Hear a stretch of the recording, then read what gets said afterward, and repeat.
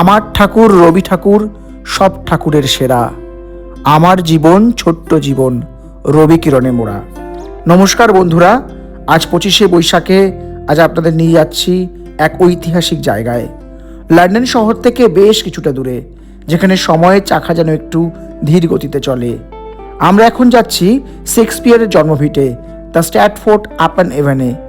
কিন্তু মজার বিষয়টা কি জানেন, এখানে শুধু ইংরাজি সাহিত্যের সম্রাট নন, এখানে রয়েছেন আমাদের প্রাণের ঠাকুর রবি ঠাকুর একটি বিশেষ রূপে।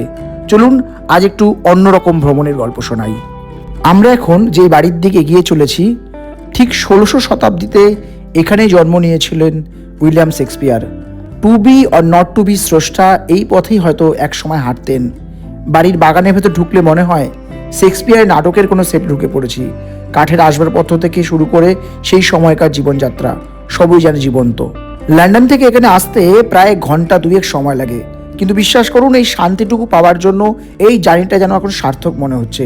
এই বাগানের প্রতিটি কোণে যেন ইতিহাস ফিসফিস করে কথা বলছে। শেক্সপিয়ার আমলে সেই পুরনো গন্ধ আজও যেন মনে হয় মিশিয়ে আছে এখানকার ঘাসে আর পাতায়। অ্যাভন নদীর ধারে এই স্নিগ্ধ বাতাস আর পরিপাটি করে সাজানো গাছপালা যেন আমাদের মনে করিয়ে দেয় প্রকৃতির সান্নিধ্যেই প্রকৃত শান্তি লুকিয়ে থাকে। ঠিক যেমনটি কবিগুরু লিখেছিলেন, আমার এই বাগানখানি বিচিত্র সাজে সেজেছে। বিদেশের মাটিতে এমন এক টুকরো স্বর্গীয় পরিবেশ দেখে মনটা সত্যি ভরে গেল। বিলেতেই গোছানো আভিজাত্য আর প্রকৃতির এমন মিতালি না দেখলে বিশ্বাস করাই কঠিন। শেক্সপিয়ারের বাড়িতে আমরা এসেছি, এখন এটা দেখবো আমরা। লন্ডন শহর থেকে বেশ অনেকটা দূরে, দারুণ পরিবেশটা, পাশাপাশি এত পরিষ্কার পরিচ্ছন্ন, চারিদিকে সবুজ, পাখি ডাকছে, একটা বেশ দারুণ দারুণ দারুণ পরিবেশ সেখানে। তো শেক্সপিয়ারের বাড়িতে এসে আমরা রবীন্দ্রনাথের মূর্তিও কিন্তু এখানে রয়েছে, সেটা চলুন একবার আমরা দেখে আসি। শেক্সপিয়ারের বাড়িতে রবীন্দ্রনাথের মূর্তি। কিন্তু আজকের আসল চমকটা হলো এই দৃশ্যটি। ভাবুন তো, 7 সমুদ্র 13 নদী পার করে বিলেতেরই ছোট্ট শহরে শেক্সপিয়ারের ঠিক পাশেই শোভা পাচ্ছে আমাদের বিশ্বকবি রবীন্দ্রনাথ ঠাকুরের মূর্তি।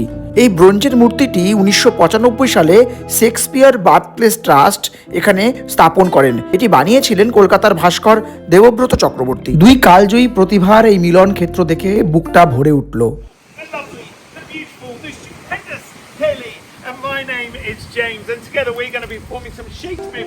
আমরা যখন প্রবেশ করেছিলাম তখন আমাদের সৌভাগ্য হয়েছিল ওখানে একটি লাইভ নাটকের পারফরমেন্স চলছিল শেক্সপিয়ারের লেখা, সেটি আমাদের দেখার সুযোগ হয়েছিল।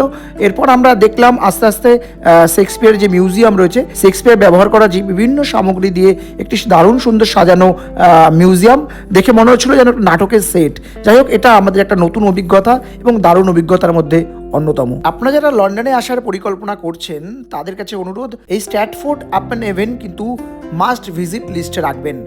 কেমন লাগলো এই দুই কবির সাহচর্য কমেন্ট বক্সে অবশ্যই জানাবেন।